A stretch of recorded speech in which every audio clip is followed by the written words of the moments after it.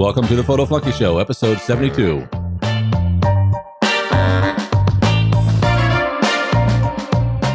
Today we're going to be talking about getting started with video. I know, everybody else has been doing it for years. I'm late to the party. But I'm getting started, so now I'm going to tell you all about it. Hi, my name is William Beem. My name is Lee Beem. And before we get into the detail, let me just let you know that show notes are going to be available at williambeem.com/episode 71. You can get a transcript of the show there for free. And there are links to subscribe to the show on iTunes, Google Play Music there, or you can also go to photoflunky.com, find the podcast player. There's links to subscribe there, plus all of our other podcasts if you want to check it out and see how we sound. Also, I want to let you know that if you're listening to this kind of within the time frame that I'm recording it, Luminar from MacFun has a special going on through May 3rd, 2017, and I can help you save a little bit of money. I have an affiliate code. The coupon code is BEAM, just like my last name, B-E-E-M. And with that, you will save $10 to $20 off of the price of Luminar. You will also get 1 month of Kelby One training for free and a preset bundle by Scott Kelby.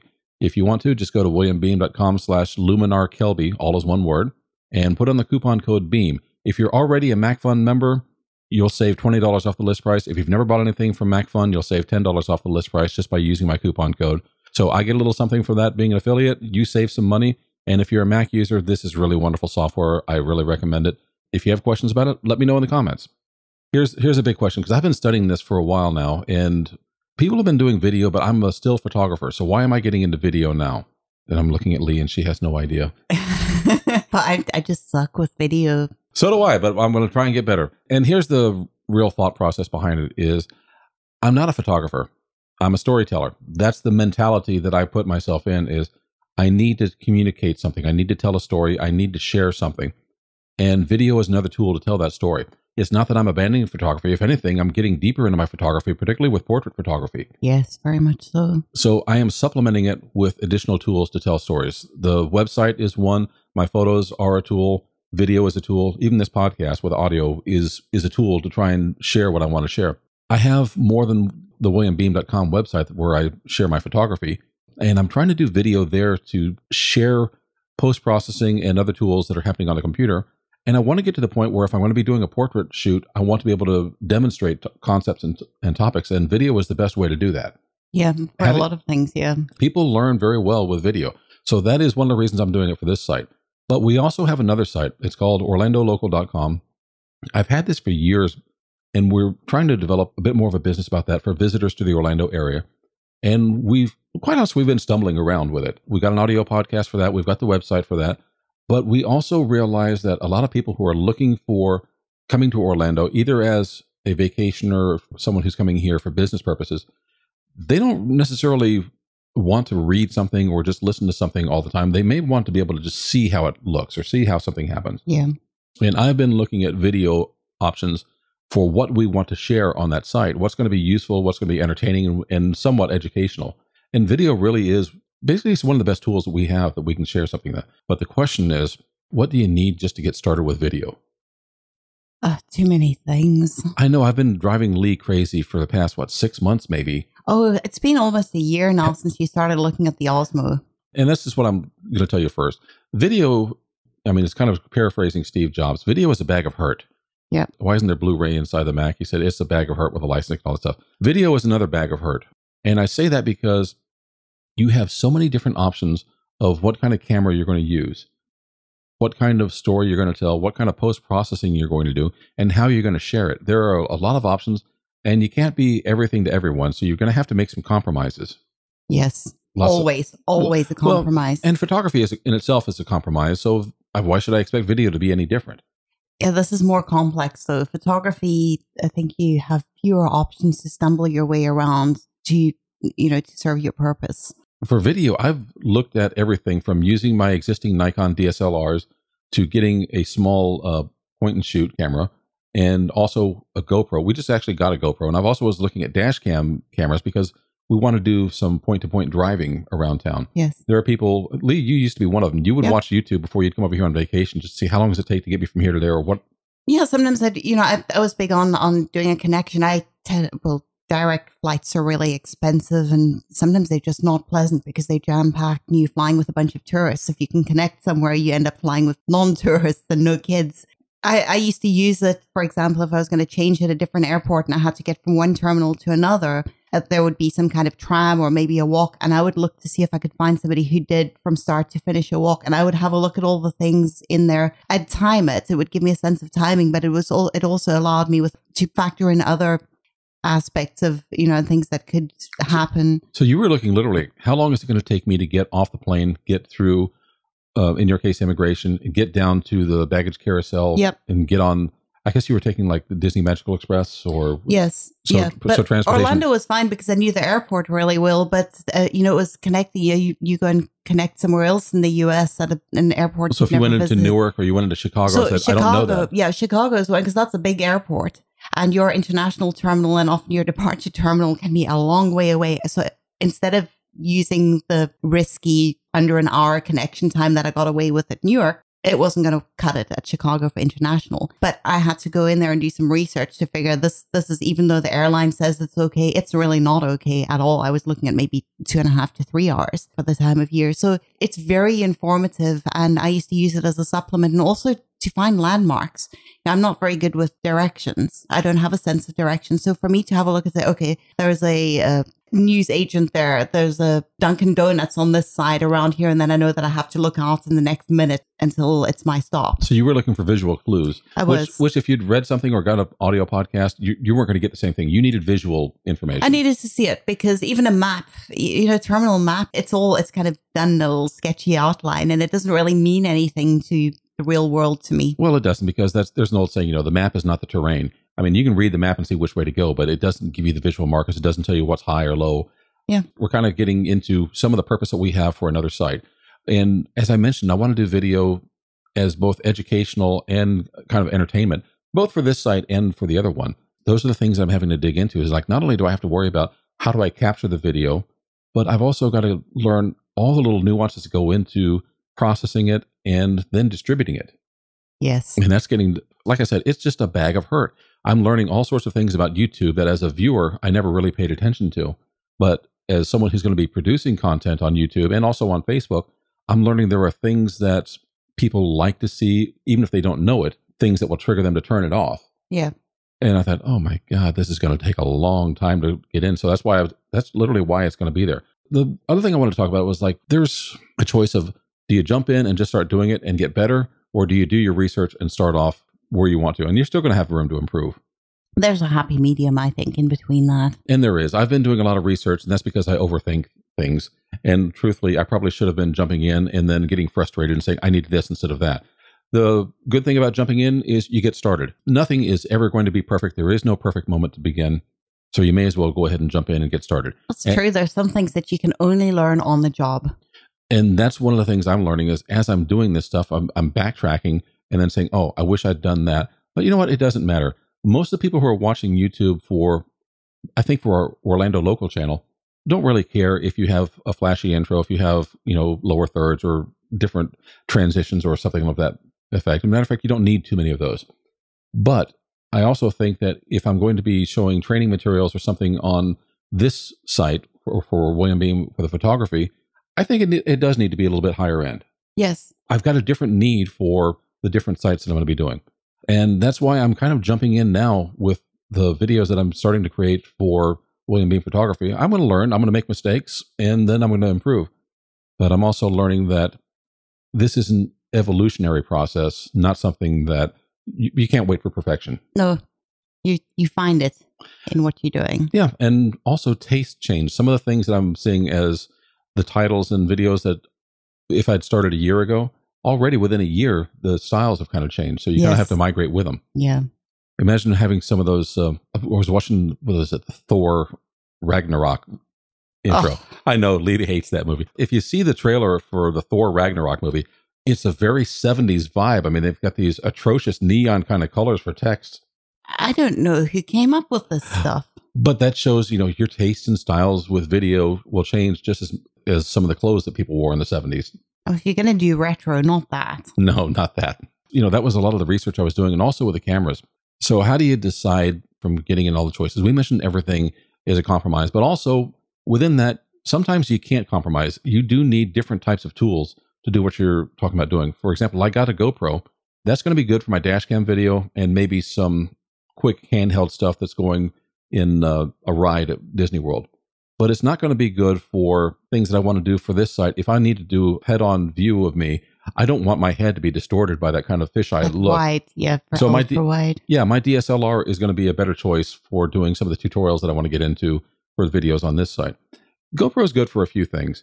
The other part is in between the GoPro and the DSLR, we're finding there's a whole market of point-and-shoot cameras, which I really wouldn't use for point-and-shoot, but a lot of them are very convenient and very good for doing video handheld on the go. Yeah. So you still get some bokeh behind you. You get some separation because of the lens quality there. Whereas with the GoPro, everything is just, you got one aperture choice and that's what you get for everything. Yes. So we're learning that there are still going to be different stories, different tools to fit those stories. The other thing we learned is something that I heard was attributed to Steven Spielberg. Audio is 50% of video. Oh, I disagree with that. I think it's more. Even more than that. I think it's more than that. You know, I can forgive as long as the person is not shaking me around upside down, swinging all over the place. I can forgive slightly inferior quality images when I'm watching a video if I can clearly hear what is going on. But if the audio is bad, they probably haven't bothered to put on their own closed captions. And trust me, YouTube does not understand closed captions. So if the audio is bad, it's going to be a disaster using those. It's impossible to follow along. So no matter how good your visuals are, if I cannot hear the stuff, I shut it off. Whereas something that's maybe not great visual quality, I'll still watch through it if it's helpful, if I can hear what's going on. And a lot of people will turn on YouTube, even though it's visual, they'll listen if it's something educational or if there's a nice presentation going along with it. So the audio is very important. We had our audio setup here that we've got for the podcast, and that will work very well for me for things I do with a desktop. When I go outside of this office, then I've got to get a whole nother setup. I've still got the same recorder. I'm using a Zoom H4n recorder. It's been wonderful for us. Yes, it does. I don't want to be walking around with the big SM58 microphones holding it like I'm some kind of newscaster. So now I'm looking into lavalier or lapel mics, and I was learning, like, okay, do I need to get wireless or do I need to go straight into it? Most of the advice I've heard from people who do this professionally is that if you need to have someone very far away from the camera, wireless may be what you want, but if you can get a cable, it's even better. So if you put this Zoom H4n in somebody's back pocket and you get a lavalier and it goes straight into it, it's much better to have cables. So that way you can be far away from the camera. Most of these little small cameras, the GoPro, pretty much anything, unless you're right in front of it, you're not going to get good quality audio. No, you're not. And tiny little microphone. I'm going to end up doing kind of like they call a double system. I'm doing separate recording of my video and my audio. And that's nice because it gives me the chance to bring my audio back in separate from the video, and I can process it in Adobe Audition. Yes. And just have a better sound and better quality. So even if I'm far away from the camera for whatever reason it may be, I've still got good, clean audio. Well, that helps you because you've already mastered what you need from Adobe Audition or from audio processing. If you're coming in from the very start with this and you're trying to get into video processing and the audio stuff, man, the audio stuff was something of its own. It really was, but we've gotten comfortable with audio. So now getting into video, just doing the capture, I don't think is necessarily that tough. But one of the other things I really wanted was stabilization. And trying to stabilize after the fact if I go to Adobe After Effects with the warp stabilizer, sometimes it works, sometimes it's wobbly, and I've got to change settings, and I may not get what I want. One of the things I like with this GoPro, the Hero 5 Black, it has internal electronic image stabilization. Yes. Which for what we've been doing in the car is fine. I don't have to worry about trying to come back and stabilize that later. It's not going to stabilize everything. I mean, it's electronic rather than optical, so it's not going to be perfect, but it works for what we need to do. But if I'm going to be walking along, trying to use something with that camera in my hand, then I get into like, all right, do I need a stabilizer for this? And as Lee mentioned, we looked at the DJI Osmo and the Osmo Mobile and the GoPro Karma, and all of them just really fell short of expectations. I really wanted to like them, but the more I dug into them, there was something that was a deal breaker. Yeah. Cost probably would have been the first thing. Well, that Osmo, I didn't like the Osmo. And since that Osmo's been out, we've watched other videos saying like, people really wanted to like it, but it was fragile. If you're out in the rain or something like that, you're kind of messed up. Yeah.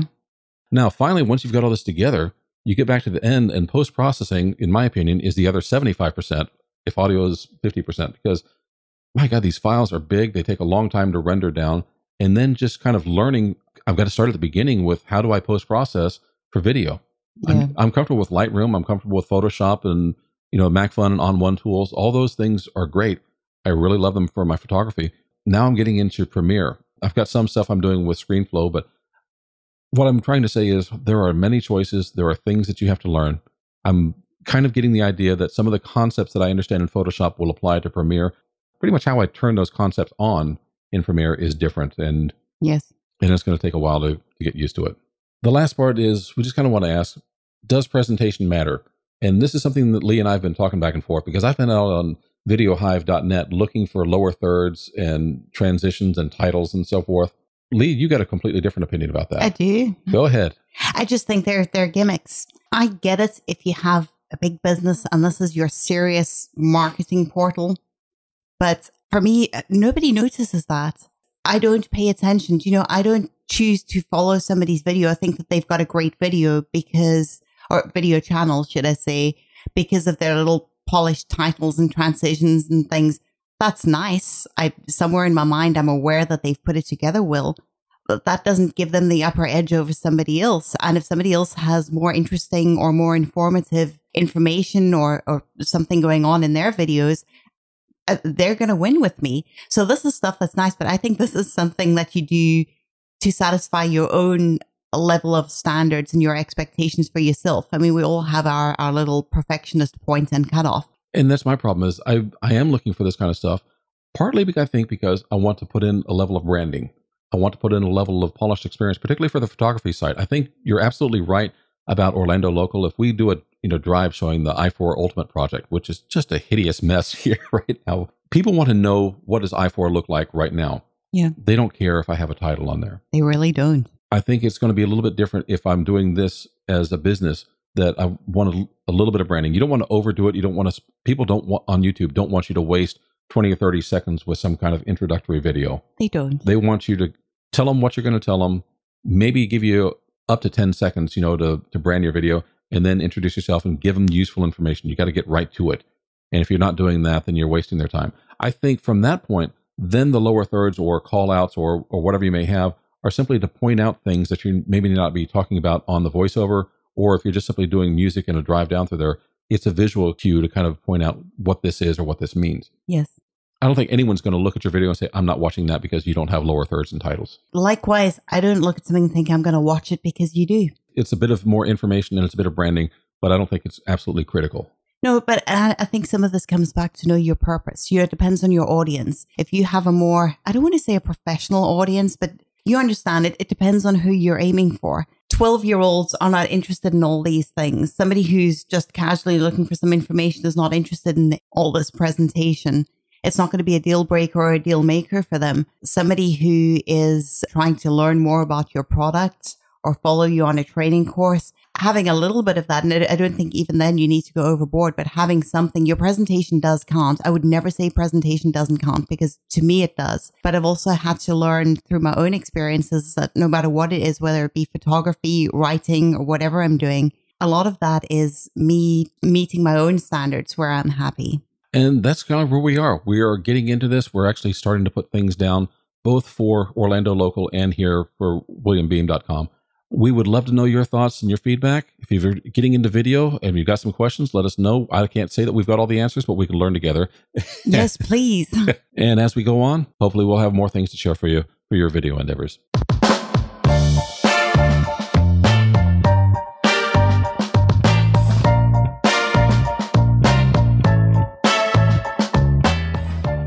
Thank you very much for listening to the Photo Flunky Show, episode 72. And as I said before, show notes are going to be available at williambeem.com/episode 72, and there'll be a transcript of the show there for free.